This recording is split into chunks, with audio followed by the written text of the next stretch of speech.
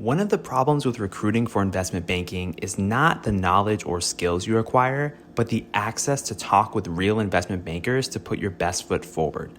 Our sponsor, WSO Academy, can provide those connections with 60 head mentors who are finance professionals at top firms like Goldman, Centerview, and JP Morgan. Imagine being able to get on the phone within 24 hours with one of the Academy's 1,300 mentors right before a critical interview. Get on the waitlist for WSO Academy today by clicking the link in the show notes or by visiting wallstreetoasis.com/academy.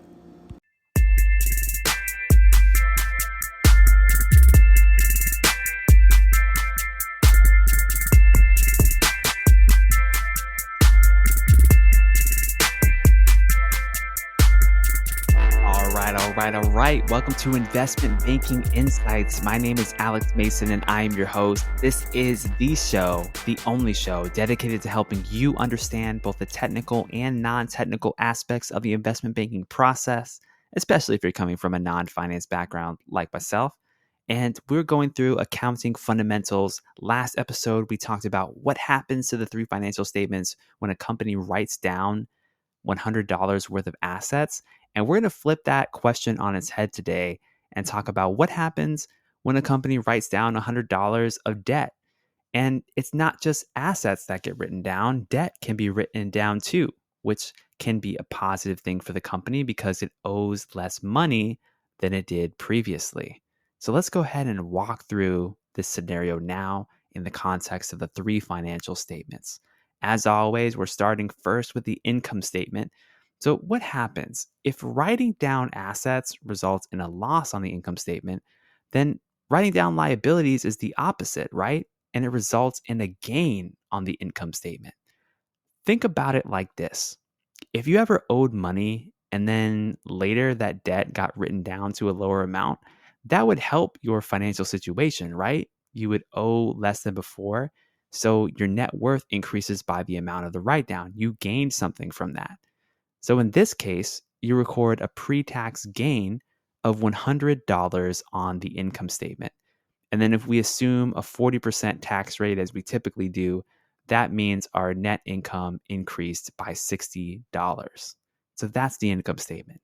Moving on now to the cash flow statement, if we start with that increase of $60 in net income, our operating cash flow has to be adjusted for the working capital changes, right? Just as with the write down of the assets, we have to adjust for working capital changes and non-cash expenses. Now, the $100 write down of debt is a non-cash gain. We didn't actually get any money from that, like cash money from some kind of transaction, but the value has changed. And so we have to adjust for that in the operating cash flow section. So we have our positive $60, and then we must now subtract the $100 from net income, which is the opposite of what happens when we write down the value of an asset. So plus $60 minus $100 gives us negative $40 in operating cash flow. And there are no other changes to the cash flow statement. So you see what we did there? The liability got written down, and so we subtracted that from our operating cash flow section. So negative $60, plus $60 minus $100 equals negative $40 in operating cash flow. Moving on to the balance sheet now, that ending cash number at the bottom of the cash flow statement moves up to the top of the balance sheet with cash. So cash is down by $40, and there are no other changes to the assets section of the balance sheet. If we move on to the liability section, something is going to change, right? Because our debt just got written down. So our debt is now down by $100 because it was written off. All right, moving on to shareholders' equity, what happens there? Well, we just have to bring over that change in net income number to shareholders' equity. So we know that our net income went up by $60. So our shareholders' equity is also going to increase by $60. Now, let's make sure that this balance sheet balances. Assets are down by $40, but let's look at the liability and equity side. We have negative $100 from the liabilities changing, plus a $60 increase from shareholders' equity increasing, which is negative $40. So we have negative $40 on one side, negative $40 on another. Therefore, the balance sheet balances. And that's it.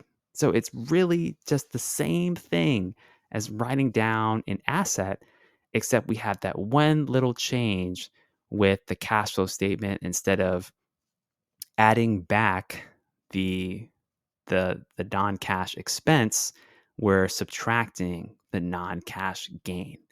And then on the balance sheet, the the liability is written down as opposed to the assets going up. So that's, or the assets going down, rather. So that's the difference there between writing down an asset and writing down a liability. Okay, so that was a fun one. I am excited to talk to you next time about walking through what happens when a company gets bailed out.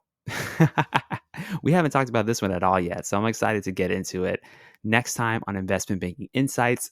My name is Alex Mason, and I am your host. If you're enjoying this, if you're getting value from this, please rate, review, send me a message, subscribe, follow, all those fun things. Just engage with me and let me know that you're feeling the show. I really appreciate it every time I get a message from you all. So that's what I got for you today, and I'll see you next time.